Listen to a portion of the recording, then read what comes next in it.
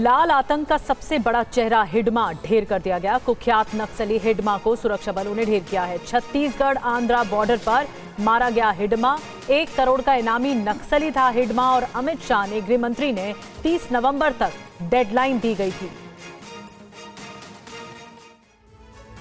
1 करोड़ का इनाम, 26 बड़े हमलों का मास्टरमाइंड, दहशत का नाम, लाल आतंक का सबसे खौफनाक चेहरा, कुख्यात माओवादी कमांडर माडवी हिडमा का खात्मा हो गया है। हिडमा 2013 के दरबा घाटी नरसंहार और 2017 के सुकमा अटैक समेत 26 घातक हमलों का जिम्मेदार था। हिडमा नक्सलियों की सबसे घातक यूनिट का प्रमुख था। सुरक्षा बलों को उसकी 26 मामलों में तलाश थी। ऑपरेशन में हिडमा और उसकी पत्नी समेत 6 नक्सलियों का खात्मा हुआ है। कभी नक्सलियों के गढ़ में हिडमा की हुकूमत चलती थी। ये इलाका उसके लिए अभ्यारण्य समझा जाता था। दूर दूर तक फैले हुए घने जंगल, पहाड़ और दुर्गम रास्तों के बीच उसका खौफ था। यहाँ उसकी मर्जी के बिना कोई पत्ता भी नहीं हिलता था। इस दुर्गम इलाके में जाना तो दूर, उसके बारे में सोच पाना भी मुश्किल था। लेकिन अब आंध्र प्रदेश और छत्तीसगढ़ बॉर्डर के इस इलाके में नक्सलियों की सत्ता लगभग खत्म हो चुकी है। सुरक्षा बलों ने इस अभियान में माडवी हिडमा समेत 6 नक्सलियों को मार गिराया है। इस एनकाउंटर में हिडमा की पत्नी राजे भी मारी गई। इस ऑपरेशन को सुरक्षा बलों की बड़ी कामयाबी माना जा रहा है। फिलहाल इलाके में हालातों पर नजर रखी जा रही है।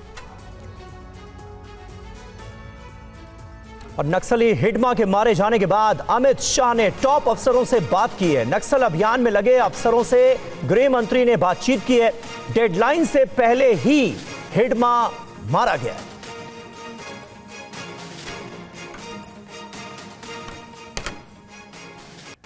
तो देखिए, ये बड़ा ऑपरेशन जिसमें 1 करोड़ के इनामी नक्सली हिडमा का खात्मा कर दिया गया है। और खास बात यह है कि गृह मंत्री अमित शाह ने हिडमा के खात्मे की बाकायदा डेडलाइन दी थी और डेडलाइन खत्म होने से पहले ही हिडमा को मार गिराया गया है। अब आपको लाल आतंक के खिलाफ अमित शाह के संकल्प के बारे में डिटेल से बताते हैं। हिडमा के खात्मे के लिए खुद गृह मंत्री ने 30 नवंबर तक का वक्त दिया था, लेकिन 12 दिन पहले ही सुरक्षा एजेंसियों ने हिडमा को मार गिराया। इस डेडलाइन के खत्म होने के 12 दिन पहले। आपको बता दें कि देश में नक्सलवाद के अंत की डेडलाइन 31 मार्च 2026 दी गई। और बात यूपी की। यूपी के रायबरेली में एक सड़क हादसे में 2 की मौत हो गई, जबकि 4 अन्य लोग गंभीर रूप से घायल बताए जा रहे हैं। हादसा 2 बाइक के बीच टक्कर से हुआ। टक्कर के बाद बाइक सवार सड़क से गुजर रहे डंपर की चपेट में आ गए। घटना का सीसीटीवी फुटेज भी सामने आया, जिसमें देखा जा सकता है कि 2 बाइक की टक्कर हुई।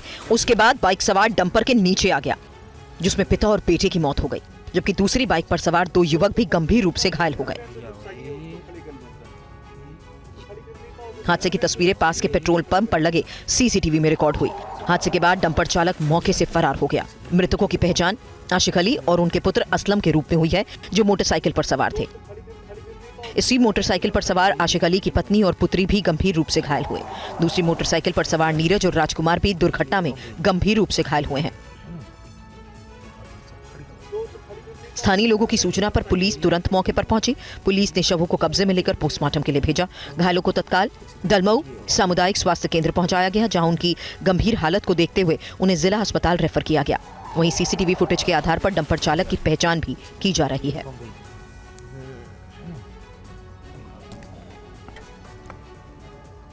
कर्नाटक की राजधानी बेंगलुरु में एयरपोर्ट पर एक बड़े हमले की कोशिश की गई। यहां पर तैनात सुरक्षा कर्मियों की बहादुरी से यह हमला टल गया। एक संदिग्ध व्यक्ति हाथों में चाकू लेकर एयरपोर्ट के अंदर घुसने की कोशिश करता दिखा। इसकी हरकतों को देखकर एयरपोर्ट पर मौजूद सीआईएसएफ के सुरक्षा जवानों ने उसे कुछ देर में धर दबोचा। घटना का सीसीटीवी फुटेज सामने आया। तस्वीरें देखिए कैसे इस शख्स ने हमले की कोशिश की। ये भी साफ नजर आ रहा है कि एक संदिग्ध चाकू लेकर सुरक्षा कर्मियों को चकमा देने की कोशिश में था। एयरपोर्ट की ओर वो बढ़ता दिखा। यहाँ पर लगी बैरिकेडिंग को पार करके वो एयरपोर्ट के अंदर घुसने की नाकाम कोशिश कर रहा है। वो टर्मिनल 1 की लेन के पास चाकू के साथ 2 टैक्सी चालकों की ओर दौड़ता हुआ नजर आया।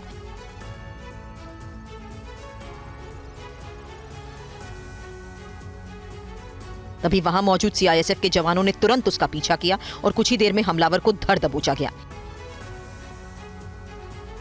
इस दौरान सबसे पहले सुरक्षा कर्मियों ने संदिग्ध के हाथ से चाकू छीना। मिली जानकारी के अनुसार एयरपोर्ट पर सुरक्षा कर्मियों ने जिस संदिग्ध शख्स को चाकू के साथ पकड़ा उसका नाम सोहेल अहमद है।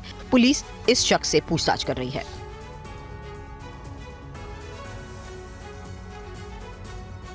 उत्तर प्रदेश के मेरठ का एक वीडियो काफी तेजी से वायरल हो रहा है। वायरल वीडियो में कुछ लोगों ने बाइक सवार 3 लोगों पर हमला कर दिया।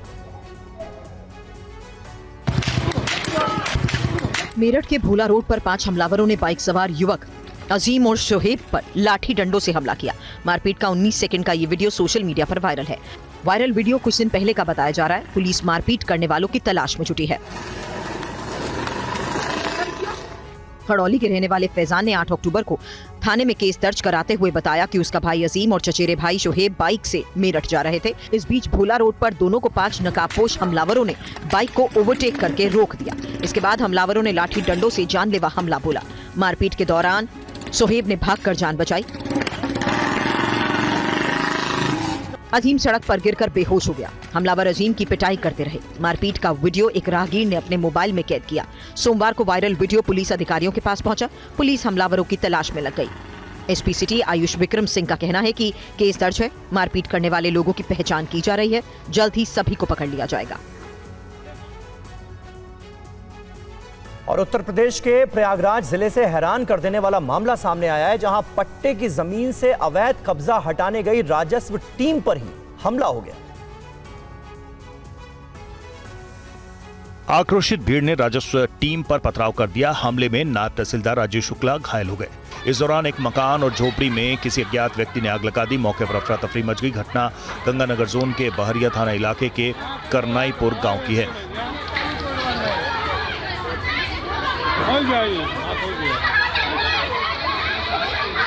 पथराव और आगजनी के चलते राजस्व टीम बेदखली की कार्रवाई के बगैर वापस लौट गई। गांव में 9 बीघे जमीन को लेकर विवाद है। एसीपी बहरिया विवेक यादव ने बताया कि राजस्व टीम पर हमला करने वाले 2 आरोपियों को गिरफ्तार कर लिया गया। इस मामले में नायब तहसीलदार राजेश शुक्ला की तहरीर पर गंभीर धाराओं में केस दर्ज किया गया है। गांव में पुलिस बल तैनात है। जल्द ही सभी आरोपियों को गिरफ्तार कर लिया जाएगा।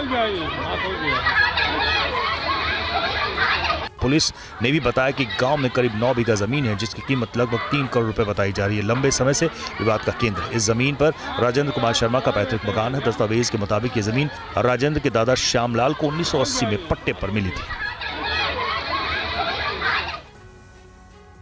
जयपुर पुलिस ने नीट परीक्षा में चयन कमेटी का सदस्य बनकर MBBS एडमिशन दिलाने का झांसा देने वाले ठग को गिरफ्तार कर लिया है। पुलिस के मुताबिक अभियुक्त विवेक उर्फ विनीत जोशी कई राज्यों में करोड़ों की ठगी कर चुका है। रिपोर्ट देखिए। अभियुक्त लंबे समय से खुद को नीट चयन समिति का सदस्य बताकर छात्रों के अभिभावकों को विश्वास में लेता और मोटी रकम ऐंठता था। पुलिस इस मामले की लंबे समय से जांच कर रही थी। दरअसल 7 जून 2023 को जयपुर के श्याम नगर के रहने वाले महेश चंद्र अग्रवाल ने रिपोर्ट दर्ज करवाई थी कि उनकी बेटी खुशी अग्रवाल ने नीट परीक्षा दी थी, जिसके बाद मोबाइल पर नंबर पर संदेश आया जिसमें व्यक्ति ने खुद को विनीत जोशी बताया और कहा कि वो नीट चयन कमेटी का सदस्य है। वो बच्ची का MBBS में NRI कोटे के तहत एडमिशन करा देगा। अभियुक्त ने सीट रिजर्व करने के नाम पर पहले 50,000 और बाद में 5,50,000 की राशि ली। जब एडमिशन नहीं हुआ और महेश चंद्र ने पैसे वापस मांगे तो आरोपी ने CBI अधिकारी का फर्जी पहचान पत्र भेजकर धमकाना शुरू कर दिया। पता चला कि इसने रोहतक, हरियाणा, उत्तर प्रदेश, मध्य प्रदेश और राजस्थान में 2-3 जगह ठगी कर रखी है इसी तरह से। और बहुत शातिर व्यक्ति है। पैसा जैसे ही इसके खाते में जाता है उस पैसे को फटाफट दूसरे खातों में ट्रांसफर करता है। बिहार के समस्तीपुर में वारंटी को पकड़ने गई पुलिस टीम पर आक्रोशित लोगों ने हमला कर दिया, जिसमें आधा दर्जन पुलिसकर्मी जख्मी हो गए। सभी जख्मी पुलिसकर्मी को इलाज के लिए सदर अस्पताल में भर्ती करवाया गया। पुलिस की तरफ से कहा गया कि वारंटी की सूचना मिलने पर राय टोली में पुलिस वारंटी को पकड़ने गई। पुलिस को देख लोग आक्रोशित हो गए और डंडा लाठी चलाने लगे, जिसमें कई पुलिस वाले घायल हो गए। बताया जा रहा है कि अपराधी के बारे में पूछने पर लोग इतना ज्यादा गुस्से में आ गए कि लाठी डंडों से पुलिस वालों पर हमला कर दिया, जिसके बाद पुलिसकर्मी जान बचाने के लिए इधर उधर भागने लगे। समस्तीपुर में इससे पहले भी कई बार पुलिस टीम पर हमला किया जा चुका है। वहीं इस घटना के बाद SP अरविंद प्रताप सिंह ने मामले की पुष्टि करते हुए कहा कि वारंटी को पुलिस पकड़ने गई थी, जिसमें कुछ पुलिसकर्मी घायल हुए हैं।